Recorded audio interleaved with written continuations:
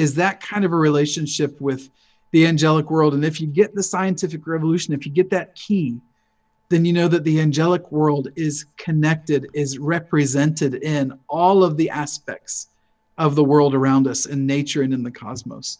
So you put all those pieces together and maybe we can see where this thing is going, you know? That's awesome. So you mentioned that with the wind, engaging the wind and these different entities and things like that. And then I know you've been mentioning mountains and stuff and the Yeah. grass and the trees and things like that. And I'm sure for each element and then elements within the elements as well being alive. And I'm sure we can go into great detail. But even having a story like that, going back to Disney and Pixar, there's these types of stories where they embodied the Yeah. essence of nature as being fairies and pixies and the wind slapping you. And I mean, there's literally like Disney movies where the wind, it Yes. has a face and it's doing stuff. Yes. And maybe even looking at like, what was it? Fantasia, where the magical Mm. rug, like something is controlling that rug. It's the spirit Yes. of the wind kind of thing. And so, since our childhood and before that, they're talking about very similar relationships with nature and with Yes. beings that we can't see, little fairies and pixies and leprechauns. Again, St. Patrick. Right. Um, what do you think is going on there? Do you think that, and I may have asked you this before, but it's always it's interesting. Do you think it is just nature telling its own story through the consciousness of the people, and it's just Ooh. coming out through story, it's just coming out through myth in their eyes? Or are some of these writers really engaged, really do they know this stuff? Do they know that nature was Yeah. alive? Are they trying to release it to the consciousness of the people? Like what's going on there? Is it intentional, or is it just by accident that it's coming out Yeah. through all of these movies? And you can give more examples in movies, but what do you think? Do you think that it's spirit calling out to the ones who are awakened to see? Because many people watch it and it's just a cartoon. There's nothing to it. But those who are Yeah. awakened can see like the deeper connections, and they go out and actually try to communicate, and they see that they really do find the Yeah. connection with the elements. Well, so many good points and so many good questions Mm-hmm. there. Like again, like what's participating with what here? Like what and what's causing it? You know, there are so many examples, and I will hit on two of them that are specifically Disney. But even before people were doing movies, you know, Lewis was writing the Chronicles of Narnia, and he's got nature personified, and people just read it as a neat little children's book, and they're like, "Oh, Narnia would be great. Wouldn't it be great if the river could talk to you? Wouldn't it be great if the trees could talk and move? And wouldn't it be great if your dog could finally tell you what he's really thinking?" You know, and we sort of like picture that as, oh, that's how fantasy is, you know. But I do think that, like Lewis, people knew they do know what they're doing, and because there's two storylines, and I want to hit, I'll mention Moana and Frozen, That's good. Yeah. specifically Frozen 2. The storylines are so specific that there's no way the writers don't know. There's no way. And you're right. And I don't know if it's a signal just because, you know, folks that are awake will see it. But I think my first guess would be these are the people that wanted a way to express what they knew in their heart was true. And the typical spiritual environments are not open to it. So the standard traditional religious environments are not open to hearing anything about this. And so, well, where do you go if you're someone that has this in their heart? Like they've got a story to tell because they know the story's true, but where do they tell it? You know, they can't go tell it from many pulpits, and they can't go tell it in many schools. So it's almost like you're alienated from the religious context and the academic context because you're too spiritual to be academic and you're too academic to be spiritual. Where do you go? You know? So I think a lot of them are like, well, I'm going to write a screenplay. I'm going to write this story. You know, they maybe get into these industries that accept them for what they are, as these people that cannot be in one field or another, because they really are writing this. The two are becoming one, like this, you know, these two trees are becoming one tree. These, you know, this, what it says in Ephesians about this one new man being formed out of the two, you know? So to get to the point here, the Moana story is a Romans 8 story, because in that story, creation has become angry.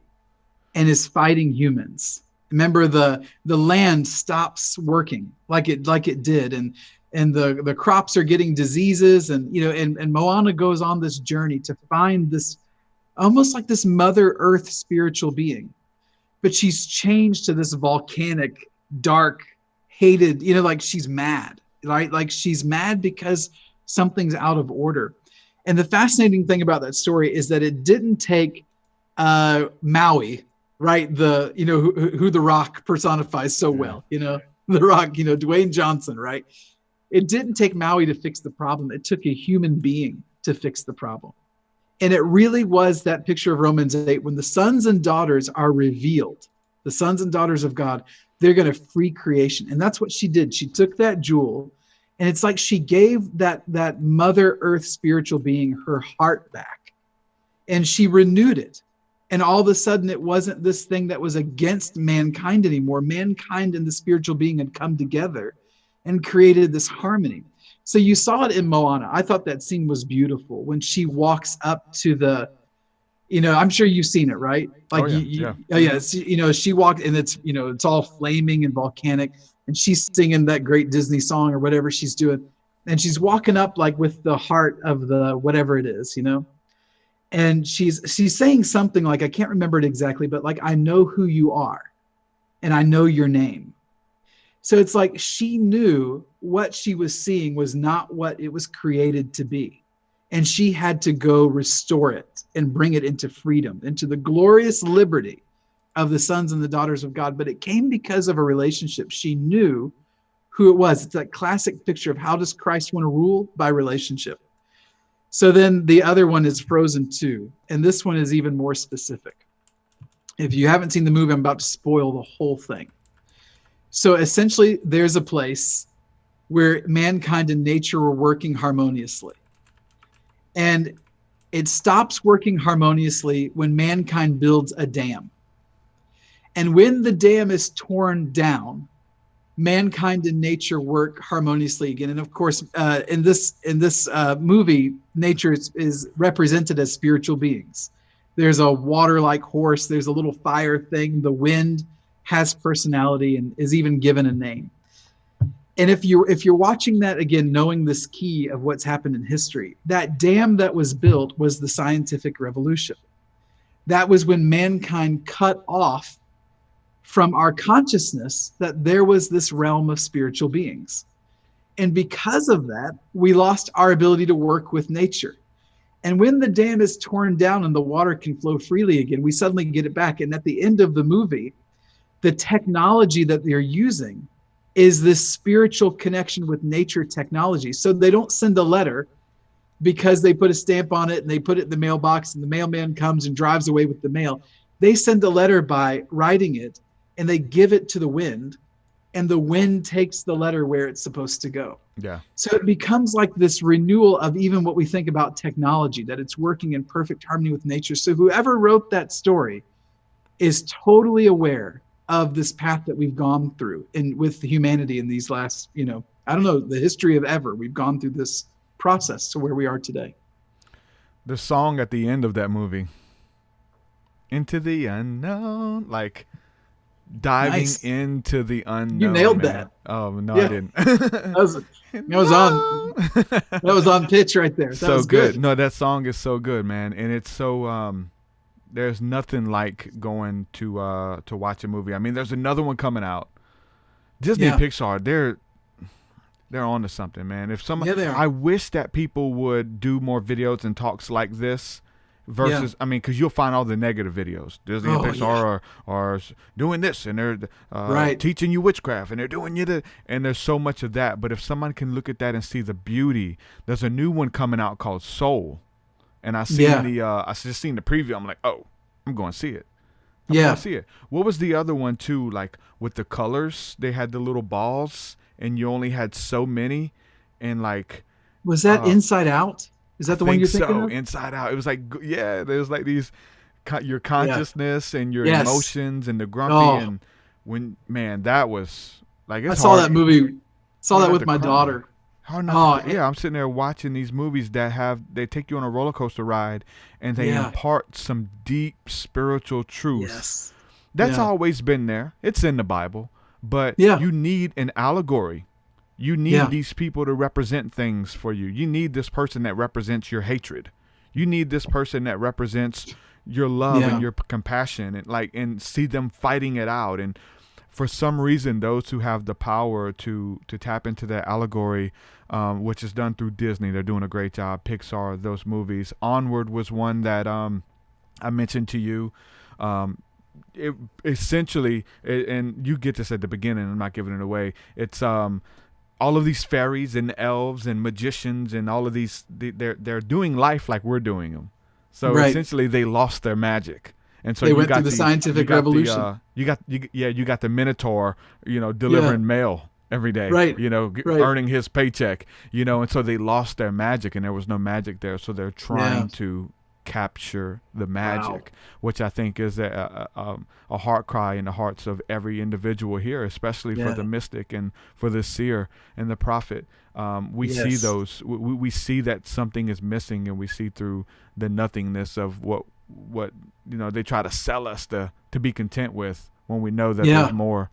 The songs are huge, that accompany that stuff. Avatar was big. Maleficent is one that you always break down as well. Lion, Witch, in the Wardrobe. I mean, it's all there. It's all there. I was just going to say that when you release this interview, you got to put it out there somewhere that at the end, TruthSeekah is going to sing Into the Unknown.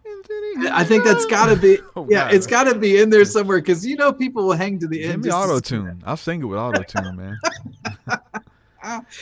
There's this other one. Somebody, I haven't seen this movie, but one of people in our community sent me this song. It's from a movie called Smallfoot. I don't know if you've seen it. I haven't seen it. I guess it's a Disney. Smallfoot. Well, I don't. Is it a magical movie? Does it stand out to you at all?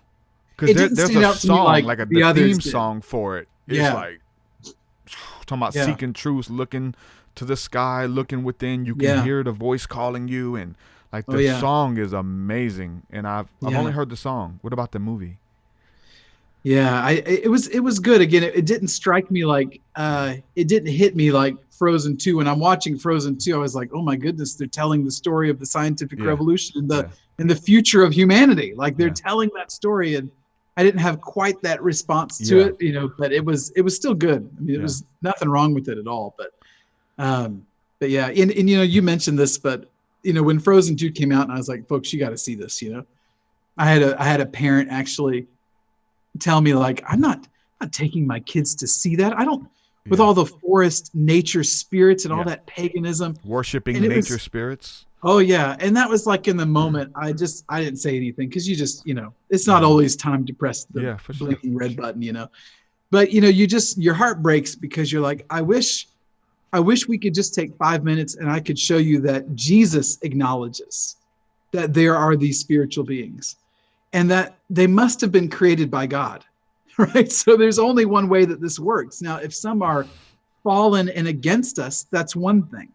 But there's going to be more that didn't fall in our forests than are ones that fell and are against us. So there's going to be something for us to work with and to redeem in order to go forward. But, that's what your heart says in that moment. Oh, I wish I could tell you, Mm-hmm. Yeah, and slowly but surely, they hang around. Yeah. They'll figure it out. Yeah. They'll watch the movie. It'll click. You can tell them till you're blue in the face. Listen, Jesus did it. No, he didn't. No, he didn't. Right. It takes the Holy Spirit to reveal it to their hearts, and maybe it is. So true. And, you may be watering. Someone else gets the harvest. Maybe it is watching Avatar, where it's like everything clicks. Everything is spiritual. Everything is magical. Everything is alive.